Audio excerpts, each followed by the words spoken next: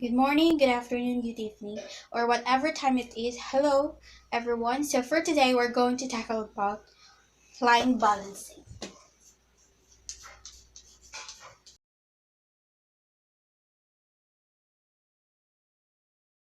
So as you can see, this is line balancing. Line balancing is a very useful technique. It's also defined as a procedure for creating workstation and assigning tasks according to predetermined technological sequence. So for example, it's like a something that you really want to have a product, or you want to make a final product that you really want. So in order for that, you really have to plan for the task or everything to create that something you want. So you have to balance everything well, from the planning, from the fixed times and everything you can, so that final output of yours can be created, balanced, and prepared well. So let's proceed. So for line balancing, I have an example here.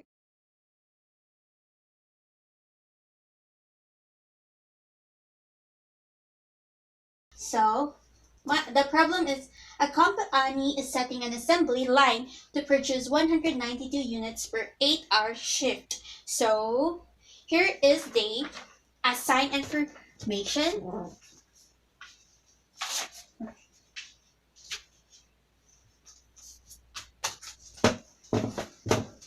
So here are the assigned and information, which are the task, time, and the predecessors. So the time is in seconds. So as you can see, I already totaled this time and equals to 720. So first, we have a task A. So wala siya predecessor. So as you can see, to continue with B, we really need to complete first the A. So after completing, let's proceed to B, which is the predecessor is A, followed by B. So you cannot go directly to C if you didn't finish the D, E, and F. So you have to finish first this D and F, because kaya ang predecessor niya is B. So next, so after finishing this, that's why you have to go back to C. Then after C, tapos naman ang D and F, you go back here sa A to Z. So here, A is done, so you can proceed to Z. After that, you have here, the Z is completed, you can continue to H. Then H is already done, continue. Then C and I is done already, so G. So that's it. So first, we have to find the precedence, or the precedence diagram. So here, as you can see, A, next is B. Next, so what I've said earlier, this is the next, because the predecessor is B. So here, D, E, and F. So after that, you go back here, C. So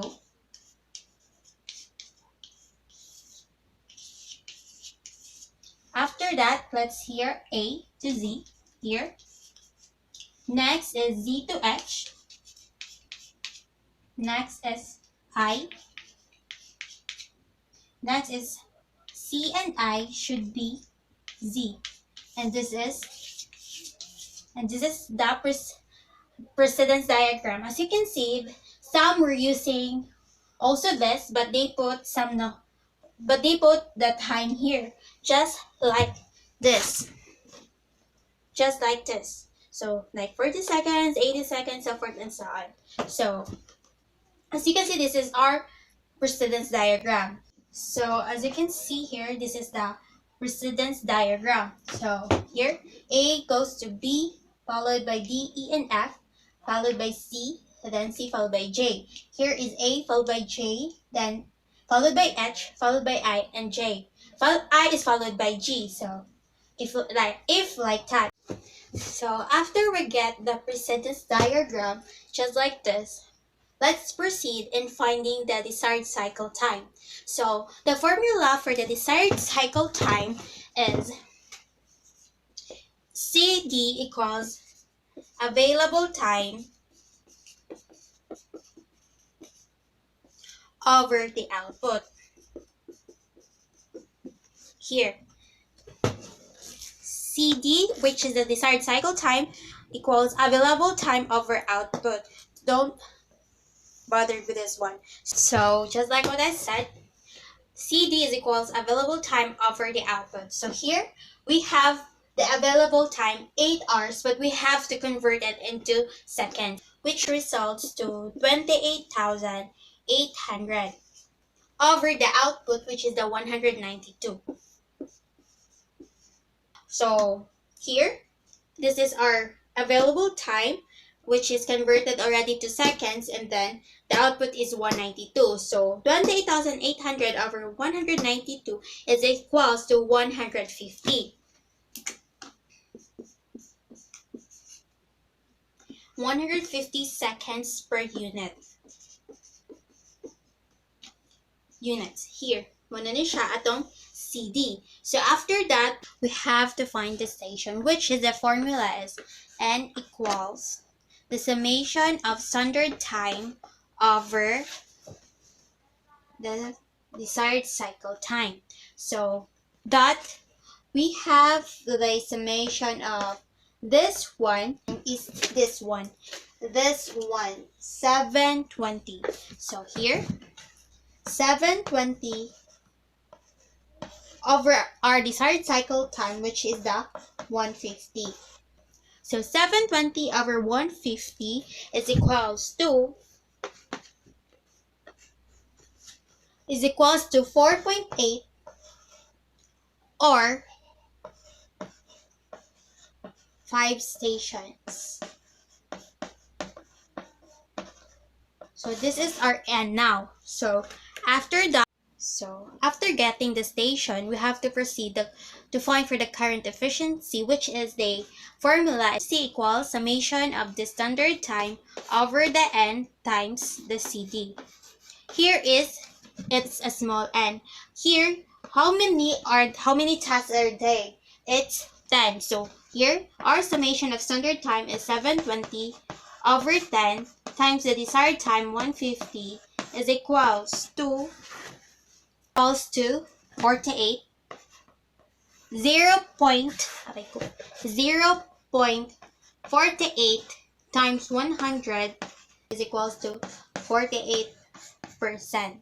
So this is our current efficiency.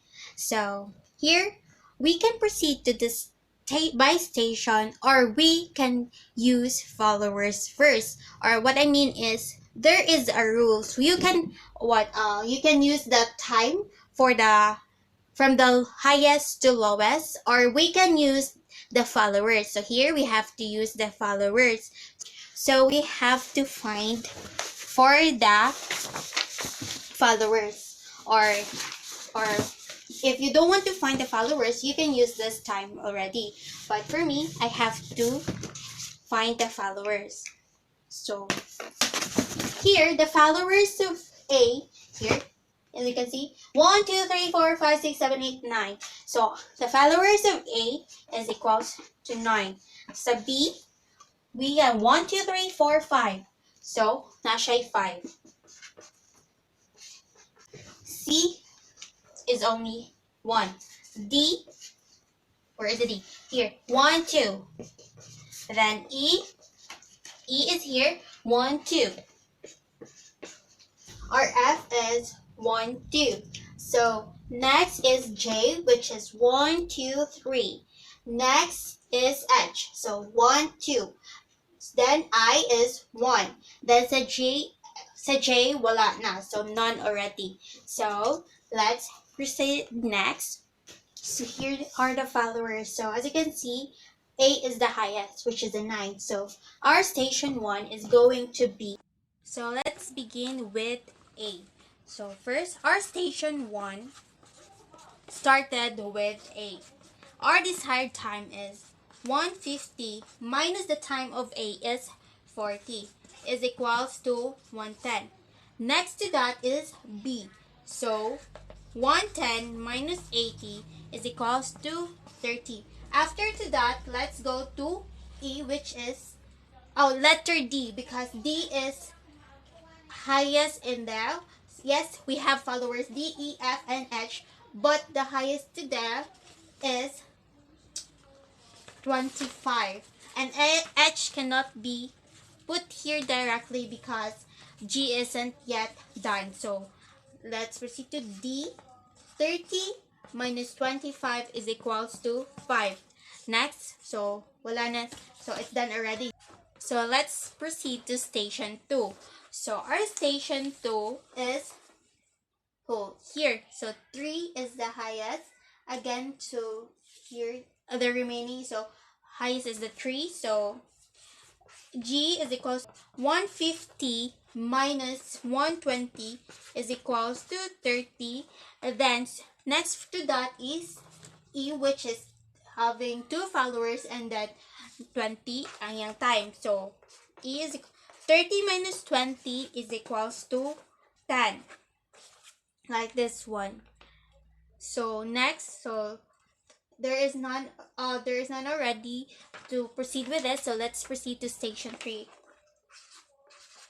Station 3 is next is H. So H is 150 minus 145 is equals to 5. And there is no continuation to this anymore. So let's proceed to the station 4.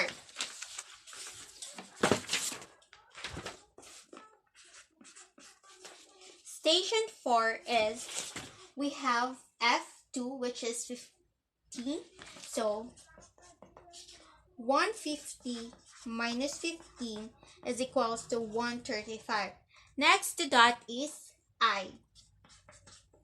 135 minus 130 is equals to 5. So there is none already to continue this 5. So let's proceed to station 5. What remain is C and J. So C is already 1, but J is not. So we have to write first the C, which is 150 minus 30 is equals to 120. And the J is 120 minus 115 is equals to 5. So that's it. We have 5 stations. We have 5 stations. Same with what we get earlier. We have 5 stations. So next, so let's proceed to the balance line. Balance line.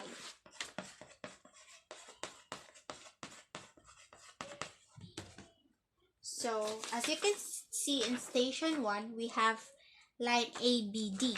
So we put here A, B, D. The number here should be equivalent to the time. The time, what I mean is the time ABD is equivalent to 145. Then next to ABD is GE. Also GE is 140. Next to GE is H.